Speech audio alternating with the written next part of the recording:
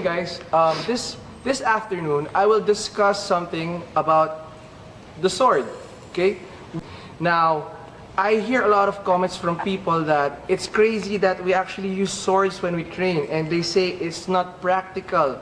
Yes, I understand, because nobody brings a sword when they go out. When you go to the mall, you go to work, you don't bring a sword. It's true.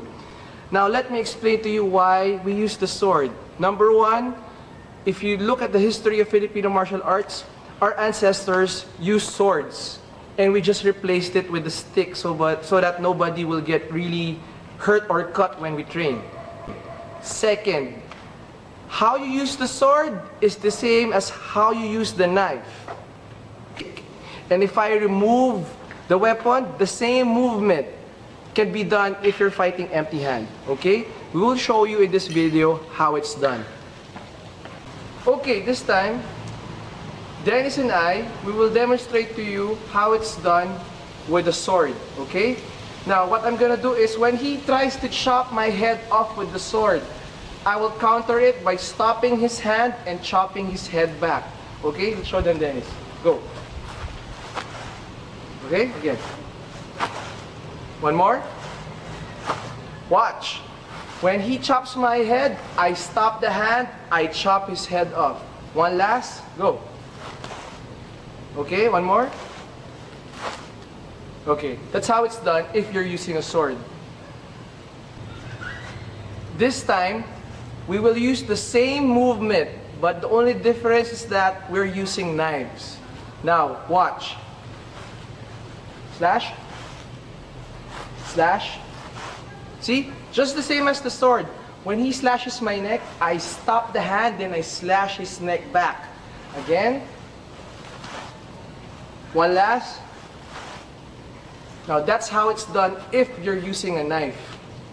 Okay, this time, he has a knife, I don't have a knife. And still, we use the same movement. The only difference is that instead of slashing him with a weapon, I use my fist to punch him in the face. So this is how it looks like. Okay, go. Alright, again, go. Again. Again. So it's the same thing, it's just that I don't have a weapon. When he slashes my neck, I just stop it, then I punch his face. Again, stop, punch. Stop, punch. It's the same thing. Now, this time, we'll show you how it's done if you're doing empty hand fighting, meaning he doesn't have a weapon and I don't have a weapon. Now, I want you to observe. When Dennis has a knife, the way he slashes my neck, it's nothing different if he's gonna punch me again. See? If I remove the knife and then he punches me, it's still the same thing and I do the same block. So, again, go.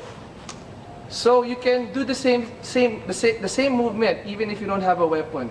Now that's a cool thing if you want to do other movements like elbow, punch, elbow up, or even a headbutt. So there's a lot of things that you can do just by doing the same movement. If you have plans of becoming a soldier, most especially here in the Philippines, it is a must that you learn how to fight with swords or long blades.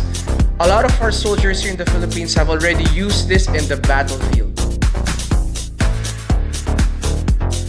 Learning how to fight with a sword is also useful if you would like to enter the film industry as a fight director. In this scene, I was teaching Andy Smith, a Filipino-Australian celebrity, how to fight with swords. So we had the scene together wherein we were fighting with swords and we were playing a role of a ninja. Now, I hope you were able to understand in the video how it's done. See? Now always remember, when you see escrimadors or kali practitioners using the sword, it doesn't mean we're just using the sword.